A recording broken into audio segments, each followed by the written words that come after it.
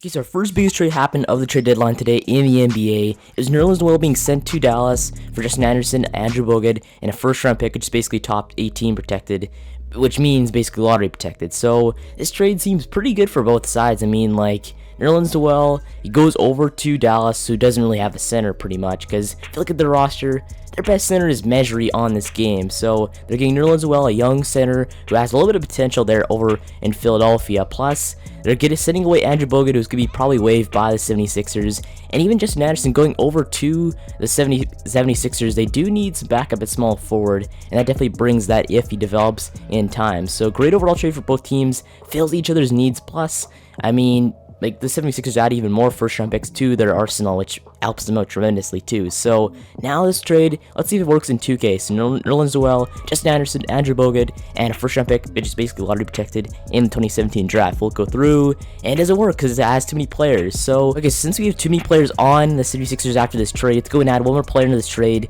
just to make it go through. So, might as well just add Randall on top of this one. So, Randall, Noel, Justin Anderson, Bogut, first-round pick will go through.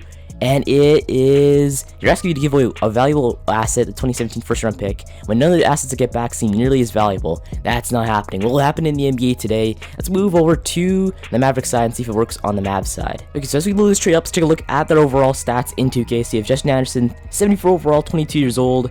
He's a pretty decent overall player with a little bit of potential on his side. So if the 76ers develop him in time, he'd be a pretty good maybe bench player or even a role player in the new future. So add him to that trade. Plus you go and add in a 2017 first round pick, that lottery protection, top 18 protection basically.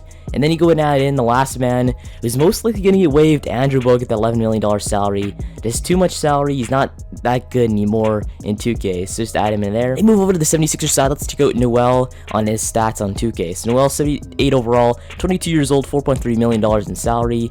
This man, same thing with Anderson though, has a little bit of potential. If he develops, can be a great player in the NBA eventually. So add Noel into there, plus you'd add in that one guy, Randall, just to make it go through. Based on that, the 76ers would get too many players if we don't. So we'll get first round pick, Justin Anderson for Noel, and the other extra guy is probably gonna get waived. We'll go through.